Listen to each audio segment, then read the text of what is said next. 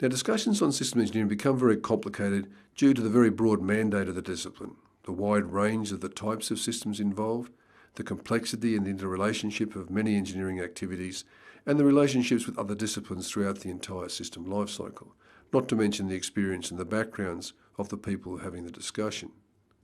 The ability to understand a complex subject such as system engineering is greatly enhanced by a solid framework within which concepts can be considered. There are a number of excellent system engineering standards available today that contribute to the elements of a suitable framework, but each standard contains complexity, terminology and detail that itself requires interpretation. The entry level for many students, for junior engineers and for project managers, therefore doesn't allow the use of such standards as effective frameworks to examine systems engineering. For the remainder of this course, we use the simple framework which shows three main elements of systems engineering: processes, that is the doing element; management, the controlling element; and tools, which support both management and processes. These elements are placed within the context of a fourth element called related disciplines.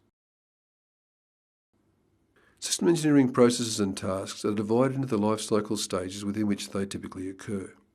In this course, we don't attempt to detail exhaustively all system engineering processes.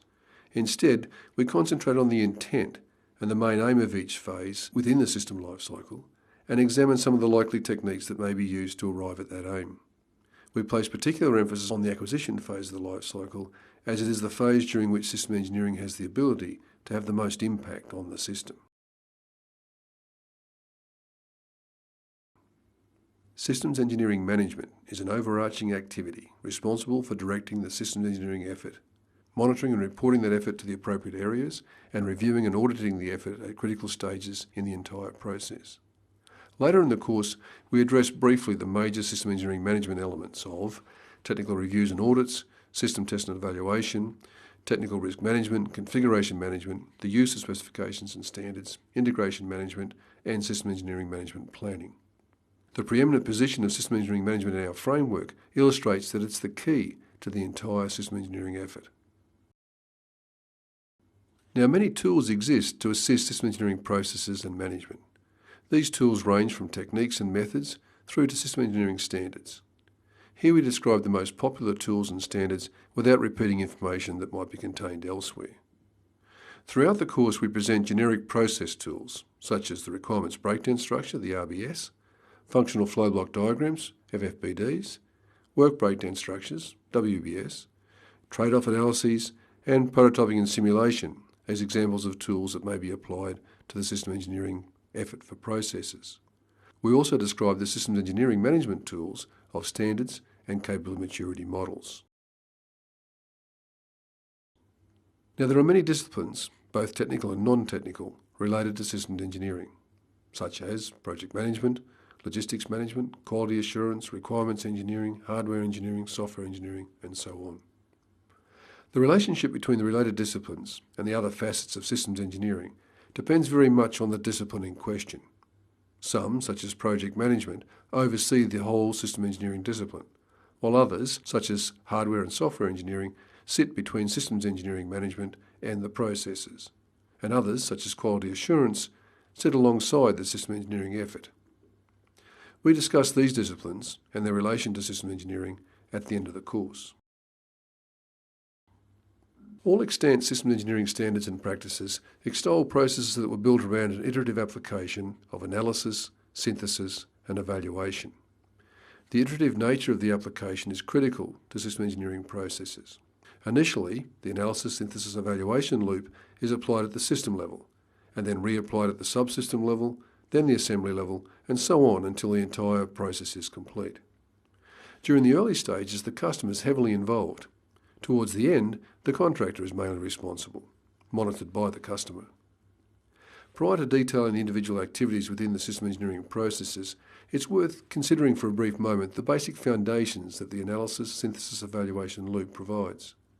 The concept's not complex, it's simply a good, sound approach to problem solving that's applicable in any domain, but particularly fundamental to systems engineering. During conceptual design, analysis investigates the business and stakeholder needs and identifies the essential requirements of the system in order to meet those needs. Analysis at the system level aims to answer the what, how well and why questions that are relative to system design. Analysis activities continue then throughout the subsequent life cycle to help in defining the low-level requirements associated with the physical aspects, the hows, of the system.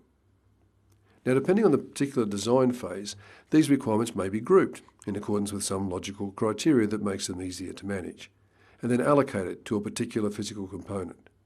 That is, the component becomes responsible for satisfying those functions that have been allocated to it. The allocation of requirements forms a description of the system elements and therefore assists in the process of synthesis or design, that is, answering the how questions. So once the analysis activity resolves what is required, as well as how well and why, synthesis, or design, then determines the how. Synthesis is the process where creativity and technology are combined to produce a design that best meets the stated system requirements. The term synthesis is more appropriate than design in the system engineering context because it hints at the evolutionary nature of the design and development. So analysis has told us what the system will do and how well it will do it. Synthesis proposes how to achieve this. And synthesis, of course, is probably the most widely recognised role of a professional engineer. In the early system engineering process, synthesis is limited to defining the logical design of the system and then considering all of the technical approaches. From this consideration, the best approach is selected and the process then moves to the next level of detail. Later in the system engineering processes, the selected design concept is synthesised further until the complete design is finalised. So after we've completed analysis and then synthesis, we have some candidate designs. Evaluation is the process of investigating the trade-offs then between those designs. At the earliest time, it's the evaluation between requirements and design alternatives and making the necessary decisions.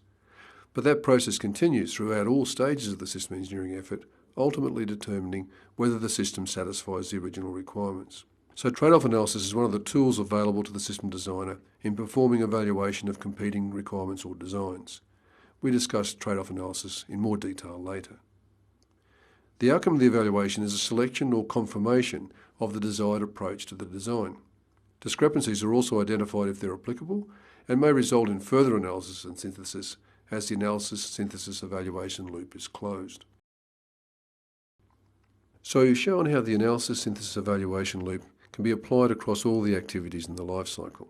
This figure summarises that by showing you in a visual way how it can be applied iteratively to each of those activities. So that finishes the introductory presentations for Module 2. In the next module, we begin our more detailed discussion of system engineering processes by examining the role of requirements engineering and the major artefacts that are produced as the system is developed.